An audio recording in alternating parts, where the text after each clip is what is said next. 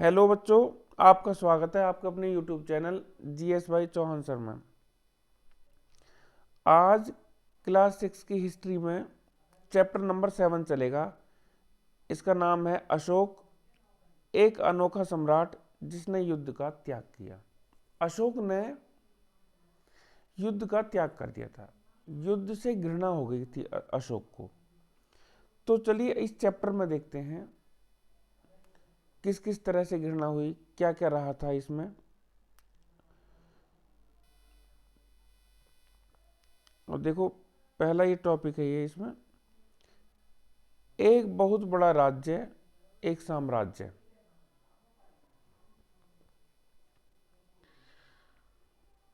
जिन शेरों को हम रुपयों पैसों पर देखते हैं, ये उनका एक लंबा इतिहास है, बहुत लंबी कहानी है उनकी। उन्हें पत्थरों को काटकर बनवाया गया है और फिर उन्हें सारनाथ में एक विशाल स्तंभ पर स्थापित किया गया था।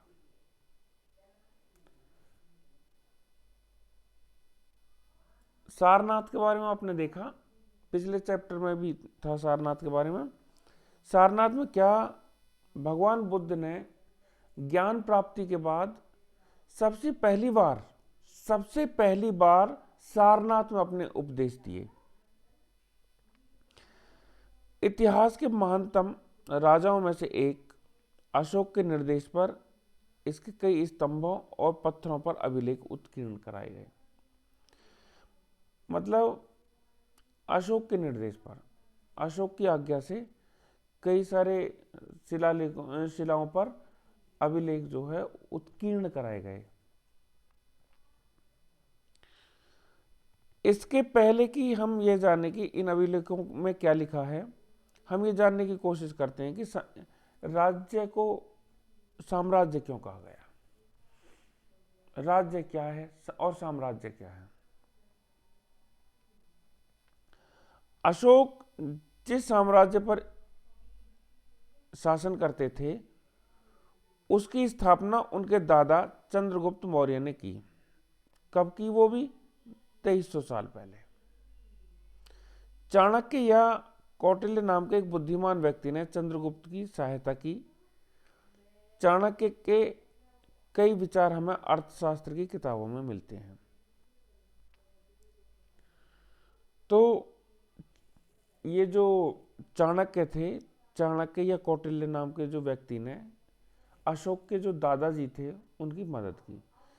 ऐसा है कि चंद्रगुप्त मौर्य जो थे, चंद्रगुप्त के जो पुत्र थे बिंदुसार, और बिंदुसार के पुत्र थे कौन, अशोक। अशोक को हम अशोक महान के नाम से जानते हैं। अब बात आई वंश की। जब एक ही परिवार के कई सदस्य एक के बाद एक राजा बनते हैं, जैसे पहले दादा वहाँ के राजा थे, फिर उनका जो बेटा हो गया, फिर बेटे का भी बेटा हो गया, या उनका पोता हो गया राजा, इस तरह से जो होता है तो उन्हें एक ही वंश का कहा जाता है।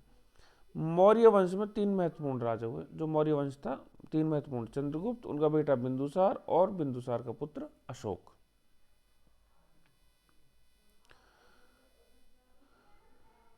साम्राज्य में बहुत से नगर थे।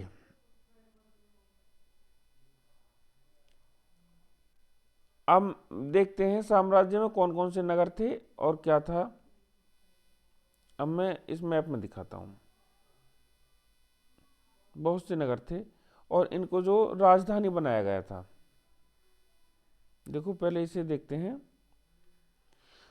इनमें साम्राज्य की राजधानी पाटलिपुत्र, उज्जैन और तक्षशिला जैसे प्रमुख नगर थे। तक्षशिला उत्तर पश्चिम और मध्य एशिया के लिए आने जाने का रास्ता जो था, यह आने जाने का मार्ग था। दूसरी तरफ उज्जैन उत्तरी भारत से दक्षिणी भारत जाने के रास्ते में पड़ता था। शायद इन नगरों में व्यापारी, सरकारी अधिकारी और शिल्पकार रहा करते थे। अब देखते हैं इनको। ये रहा, ये हमारा तक्षशिला है, ये तक्षशिला यहाँ पे,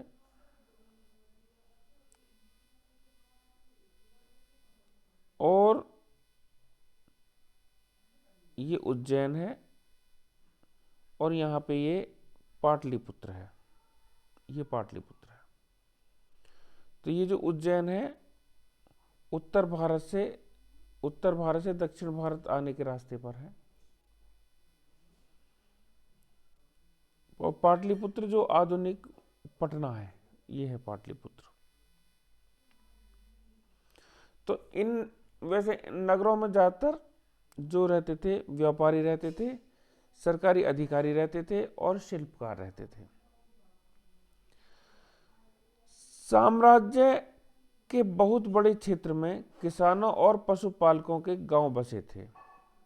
बहुत बड़े क्षेत्र में किसान और पशुपालक जो थे उनके गांव बसे थे। मध्य भारत जैसे इलाकों में ज़्यादातर हिस्सा जंगलों से भरा हुआ था। वहाँ पर लोग फल फूल का संग्रहण और जानवरों का शिकार करके जीविका चलाते थे। जंगलों से भरा था तो शिकार उनका मेन पेशा भी था। साम्राज्य के अलग अलग इलाकों में लोग भिन्न भिन्न भाषाएं बोलते थे। अलग अलग इलाके, अलग अलग भाषा। वे लोग शायद अलग अलग प्रकार का भोजन करते थे और यहाँ तक कि अलग अलग किस्म की पोशाक भी पहनते थे। जैसा इलाका ऐसी भाषा और ऐसी पोशाक उनकी। अब देखते हैं राज्य और साम्राज्य, इनमें क्या डिफरेंस है। चूंकि साम्राज्य राज्यों से बड़े होते हैं और उनकी रक्षा के लिए बड़ी सेनाओं की जरूरत होती है।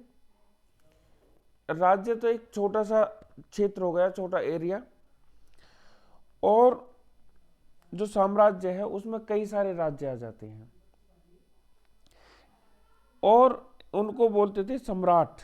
जो साम्राज्य के राजा होते थे, जो साम्राज्य चलाते थे, उनको सम्राट बोलते थे, और जो राज्य पे शासन करते थे वो राजा होते थे। इसलिए सम्राटों को राजाओं की तुलना में ज्यादा संसाधनों की जरूरत होती है।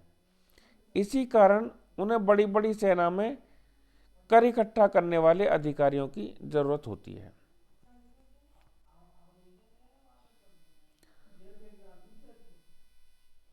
साम्राज्य का प्रशासन, चूंकि मौर्य साम्राज्य बहुत बड़ा था इसलिए अलग अलग हिस्सों पर अलग अलग ढंग से शासन किया जाता था।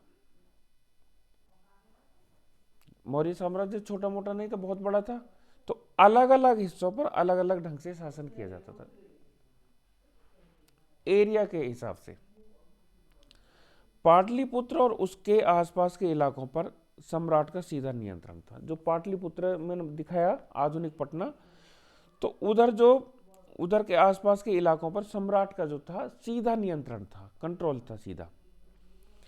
इसका मतलब यह हुआ कि इस इलाके के गांवों और शहरों के किसानों, पशुपालकों और शिल्पकारों और व्यापारियों से कर इकट्ठा करने के लिए राजा अधिकारियों की नियुक्ति करता था। अधिकारियों को, ऑफिसर्स को अपॉइंट करता था राजा, यहां से कर इकट्ठा करने के लिए। जो राजा के आदेशों का उल्लंघन करते थे अधिकारी उनको सजा भी देते थे। उनमें से कई अधिकारियों को वेतन भी दिया जाता था, उन्हें सैलरी भी मिलती थी। संदेशवाहक एक जगह से दूसरी जगह घूमते रहते थे और राजा के जासूस अधिकारियों के क्रियाकलापों पर नजर रखते थे। जो जासूस थे अधिकारियों की भी जो एक्टिविटी होती थी उन पे भी नजर रखते थे और राजा को सूचना देते थे। इन सब के ऊपर सम्राट था, जो राज परिवार एवं वरिष्ठ मंत्रियों की सहायता से सब पर नियंत्रण रखता था। जो सीनियर मंत्री थे उनके, राजा के, उनकी मदद से सब पर नियंत्रण रखता था राजा। मौर्य साम्राज्य के भीतर कई छोटे क्षेत्र या प्रांत थे। इन पर तक्षशिला या उज्जैन जैसी प्रांतीय राजधानियों से शासन किया जाता था। जो छोटे छोटे प्रांत थे, कुछ हद तक पाटलिपुत्र से इन क्षेत्रों पर नियंत्रण रखा जाता था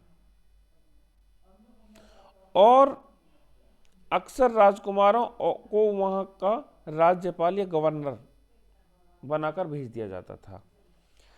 लेकिन ऐसा लगता है कि इन जगहों पर स्थानीय परंपराओं और नियमों को ही माना जाता था। जो स्थानीय लोकल की जो परंपराएं हैं उनको ज़्यादातर वरीयता दी जाती थी।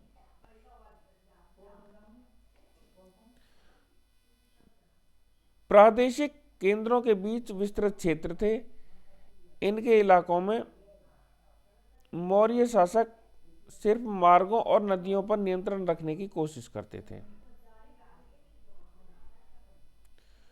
केवल वो किन पर नियंत्रण करते थे? मार्गों पर और नदियों पर, जो उनका मेन आने जाने का रास्ता भी था। वो आवागमन के लिए ये दोनों चीजें महत्वपूर्ण थी। यहां से उन्हें जो भी संसाधन कर और भेंट के रूप में मिलते थे उन्हें इकट्ठा किया जाता था। उदाहरण के लिए अर्थशास्त्र में लिखा है कि उत्तर पश्चिम कंबल के लिए और दक्षिण भारत सोने और कीमती पत्थरों के लिए सुप्रसिद्ध था। संभव है कि संसाधन नजराने के रूप में इकट्ठे किए जाते थे। नजराना होता है कि जो अपनी तरफ से गिफ्ट दिया जाए, स्वेच्छा से गिफ्ट दिया जाए, वो नजराना होता है। कर हो गया कर तो एक तरह से जबरदस्ती हो गया, कंपलसरी हो गया।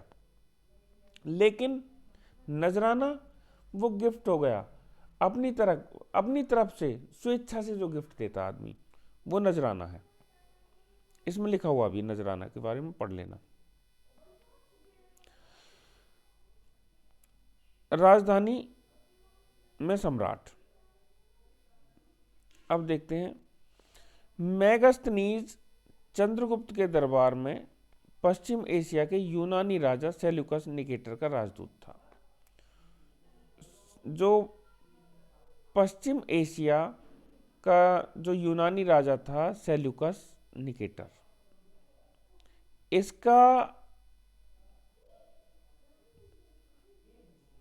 इसने भेजा था किसको? मेगास्थनीज को।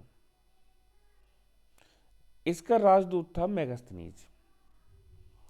मेगास्थनीज ने जो कुछ देखा उसका विवरण दिया। मेगास्थनीज ने इस शासन का जो विवरण दिया है उसके बारे में देखते हैं। सम्राट का जनता के सामने आने के अवसरों पर शोभा यात्रा के रूप में जश्न मनाया जाता है। जब राजा आता था जनता के सामने तो एक शोभा यात्रा के रूप में जश्न मनाया जाता था। उन्हें एक सोने की पालकी में ले जाया जाता है। उनके अंगरक्षक सोने और चांदी के अलंकृत हाथियों पर सवार रहते हैं। कुछ अंगरक्षक पेड़ों को लेकर चलते हैं। इन पेड़ों पर प्रशिक्षित तोतों का एक झुंड रहता है, जो ट्रेंड होते हैं तोते, जो सम्राट के सिर के चारों तरफ चक्कर लगाता रहता है। वो झुंड सम्राट के सिर के चारों तरफ चक्कर लगाता था। राजा सामान्यतः हथियारबंद महिलाओं से घिरे रहते हैं। वे हमेशा इस बात से रहते हैं कि कहीं कोई उनकी हत्या न कर दे या हत्या करने की कोशिश न करे कोई। उनके खाना खाने के पहले खास नौकर उस खाने को चखते हैं। वे लगातार 2 रात एक ही कमरे में नहीं सोते थे। इतना डर भी था। पाटलिपुत्र जो आधुनिक पटना है, इसके बारे में, यह एक विशाल और खूबसूरत नगर है। यह एक विशाल प्राचीर मतलब दीवार से घिरा है, जिसमें 570 बुर्ज और 64 द्वार हैं, 64 दरवाजे थे, और 3 मंजिल वाले घर, 2 या 3 मंजिल वाले घर लकड़ी और कच्ची ईंट से बने हैं। राजा का महल भी काठ से बना है, जिसे पत्थर की नक्काशी से अलंकृत किया गया है। यह चारों तरफ से उद्यानों और चिड़ियों के लिए बने बसेरों से घिरा है।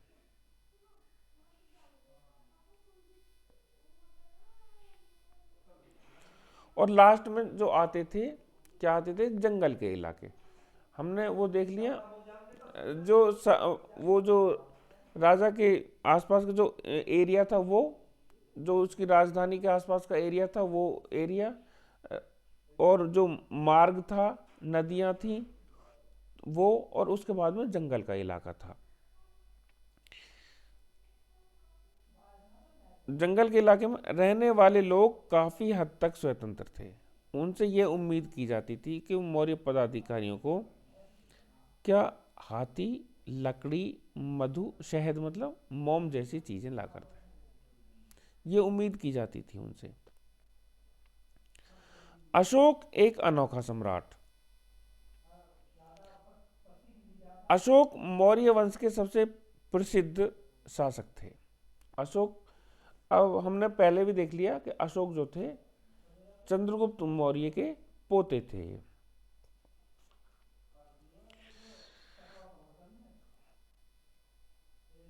वह पहले ऐसे शासक थे जिन्होंने अभिलेखों द्वारा जनता तक अपने संदेश पहुंचाने की कोशिश की। अभिलेखों पर जो उन्होंने उत्कीर्ण कराए, अभिलेख उत्कीर्ण कराए, उन पर लिखाई करवाई और अपने संदेश जनता तक पहुंचाने की कोशिश की।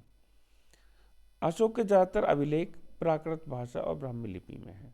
तो ज़्यादातर प्राकृत भाषा जो वहाँ की लोकल लैंग्वेज थी जिसको लोग समझ सकते थे उसमें। कलिंग युद्ध का वर्णन करता हुआ अशोक का अभिलेख, एक अभिलेख है कलिंग युद्ध के बारे में बताता है कि उससे किस तरह से इनको पश्चाताप हुआ, अशोक को किस तरह से इन्होंने युद्ध को फिर छोड़ा।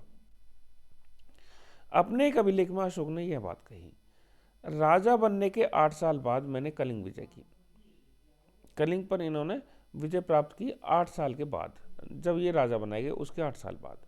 लगभग 1.5 लाख लोग बंदी बना लिए, 1 लाख से ज़्यादा लोग मारे गए। इससे मुझे अपार दुख हुआ। जब किसी, इन्होंने कहा, बताया इसका रीजन, जब किसी स्वतंत्र देश को जीता जाता है तो लाखों लोग मारे जाते हैं और बहुत सारे लोग बंदी बनाए जाते हैं। इसमें ब्राह्मण और श्रमण भी मारे जाते हैं। इसमें क्या है, ब्राह्मण और श्रमण ये दोनों ही मारे जाते हैं। श्रमण मतलब मॉन्क, मॉन्क बोलते हैं, मॉन्क, भिक्षु। जो लोग अपने सगे संबंधियों और मित्रों से बहुत प्यार करते हैं तथा दासों और मृतकों के प्रति दयावान होते हैं, वे भी इस युद्ध में मारे जाते हैं या अपने प्रियजनों को खो बैठते हैं वो। इसलिए मुझे पश्चाताप हो रहा है। अब मैंने धम्म पालन करने तथा धम्म मतलब धर्म को बोलते हैं, धम्म, दूसरों को इसकी शिक्षा देने का निश्चय किया है। मैं मानता हूं कि धम्म के माध्यम से लोगों का दिल जीतना बलपूर्वक विजय प्राप्त करने से ज्यादा अच्छा है। बलपूर्वक विजय प्राप्त करने के बजाय धम्म की शिक्षा दो लोगों को। मैं यह अभिलेख भविष्य के लिए एक संदेश के रूप में इसलिए उत्कीर्ण करा रहा हूं कि मेरे बाद मेरे बेटे और पोते भी युद्ध न करें। इसके बदले उन्हें यह सोचना चाहिए कि धम्म को कैसे बढ़ाया जाए। धम्म जो है संस्कृत शब्द धर्म का प्राकृत रूप है। प्राकृत भाषा में धर्म को धम्म बोला गया। अशोक का कलिंग युद्ध। कलिंग तटवर्ती उड़ीसा का एक प्राचीन नाम है, कलिंग। अब दिखाता हूं मैं कलिंग किधर है, मैप में दिखाता हूं मैं। देखो कलिंग यहां पर है, ये कलिंग है ये। तो तटवर्ती यहाँ उड़ीसा है, यहाँ है तटवर्ती उड़ीसा, उड़ीसा। तो तटवर्ती उड़ीसा का ये एक वो है प्राचीन नाम। अब इसके बाद हम देखते हैं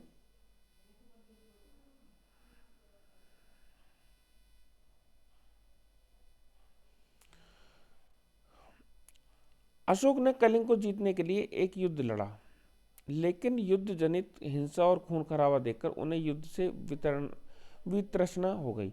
मतलब उन्हें जो घृणा हो गई इससे, युद्ध से, इतना खून खराबा और हिंसा देखकर उन्होंने निर्णय लिया कि वे भविष्य में कभी युद्ध नहीं करेंगे। अशोक का धम्म क्या था? अशोक के धम्म में किसी देवता की पूजा अथवा किसी कर्मकांड की आवश्यकता नहीं थी। किसी भी तरह के कर्मकांड की और किसी पूजा पाठ का उन्होंने कोई जिक्र नहीं किया। उन्हें लगता था कि जैसे पिता अपने बच्चों को अच्छे व्यवहार की शिक्षा देते हैं, वैसे ही यह उनका कर्तव्य था कि अपनी प्रजा को निर्देश दें। वे बुद्ध के उपदेशों से भी प्रेरित हुए थे। ऐसी कई समस्याएं थी जिनके लिए उनमें संवेदना थी। उनके साम्राज्य में अलग अलग धर्मों को मानने वाले लोग थे और इससे कई बार टकराव पैदा हो जाता था। जानवरों की बलि भी चढ़ाई जाती थी। दासों और नौकरों के साथ क्रूर व्यवहार किया जाता था। इनके अलावा परिवार व पड़ोसियों के बीच झगड़े होते रहते थे। अशोक ने यह महसूस किया कि इन समस्याओं का निदान उनका कर्तव्य है, इसलिए उन्होंने धम्म महामात नाम के अधिकारियों की नियुक्ति की। धम्म महामात बोला गया उन अधिकारियों को जो जगह जगह जाकर धम्म की शिक्षा देते थे। इसके अतिरिक्त अशोक ने अपने संदेश कई स्थानों पर शिलाओं और स्तंभों पर खुदवा दिए। अधिकारियों को यह निर्देश दिया कि वे राजा के संदेश को उन लोगों को पढ़कर सुनाएं जो खुद नहीं पढ़ सकते। अशोक ने धम्म के विचारों को प्रसारित करने के लिए कहाँ अन्य दूसरे देशों में भेजे दूत अपने, कहाँ जैसे सीरिया, मिस्र, ग्रीस और श्रीलंका। उन्होंने सड़कें बनवाई, कुएं खुदवाए, विश्राम गृह बनवाए। इसके अतिरिक्त उन्होंने मनुष्य और जानवरों की चिकित्सा की भी व्यवस्था की। अपनी प्रजा के लिए अशोक के जो संदेश थे वो क्या थे? देखो, लोग विभिन्न अवसरों पर अनुष्ठान करते हैं। उदाहरण के लिए जब वे बीमार पड़ते तब अनुष्ठान करते हैं, बच्चों के विवाह पर भी करते हैं, बच्चों के जन्म पर करते हैं और जब यात्रा शुरू करते तब भी अनुष्ठान करते हैं। ये कर्मकांड किसी काम के नहीं है। उनके अनुसार ये है कि ये कर्मकांड किसी काम के नहीं। इसके अतिरिक्त यदि लोग दूसरी रीतियों को माने तो वह ज्यादा फलदायी होगी। ये अन्य रीतियां कौन कौन सी? देखो, ये है अपने दासों और नौकरों के साथ अच्छा व्यवहार करना, बड़ों का आदर करना, सभी जीवों पर दया करना, ब्राह्मण और श्रमणों को दान देना। अब ब्राह्मण तो जानते हो, श्रमण मैंने बता ही दिया, मॉन्क, भिक्षुक। अपने धर्म की प्रशंसा या दूसरों के धर्म की निंदा करना, दोनों ही बातें गलत हैं। हर किसी को दूसरे धर्म का आदर करना चाहिए। यदि कोई अपने धर्म की बड़ाई और दूसरे धर्म की बुराई करता है तो वह वास्तव में अपने धर्म को ज्यादा नुकसान पहुंचा रहा है। इसलिए हर किसी को दूसरे के धर्म के प्रमुख विश्वासों को समझने की कोशिश करते हुए उसका आदर करना चाहिए। अब इसके बाद देखो, ये दिखाया गया जैसे हम ऐसे अनार बनाते हैं। ये हिंदी में, हमारी हिंदी भाषा देवनागरी लिपि है। ये आरंभिक ब्राह्मी में ऐसे लिखा जाता था, बंगला में ये है, मलयालम में ये है, तमिल में ये है, अन्यत्र। अब थोड़ा सा और एक्स्ट्रा इसमें देखते हैं। मौर्य साम्राज्य के उभरने से थोड़ा पहले, लगभग 2400 वर्ष पहले, चीन में सम्राटों ने चीन की दीवार का निर्माण शुरू किया। इसे बनाने का उद्देश्य उत्तरी सीमा की पशुपालक लोगों से रक्षा करना था। जो पशुपालक लोग थे उसकी उत्तरी सीमा की रक्षा करना था उनसे। अगले 2000 वर्षों तक इस दीवार का निर्माण कार्य चलता रहा क्योंकि साम्राज्य की सीमाएं बदलती रहीं। यह दीवार लगभग 6400 किलोमीटर लंबी है तथा पत्थर और ईंट से बनी है। इसकी ऊपरी सतह सड़क जैसी चौड़ी है। इस दीवार को बनाने के लिए हजारों लोगों को काम करना पड़ा। 100-200 मीटर की दूरी पर इस पर जो निगरानी के लिए बुर्ज बने हुए हैं। ये हुआ। इसके बाद हमारा ये चैप्टर ख़त्म होता है। तो अगर आपको मेरी वीडियो पसंद आई हो तो मेरी वीडियो को लाइक शेयर करना और मेरे चैनल को सब्सक्राइब करना। धन्यवाद।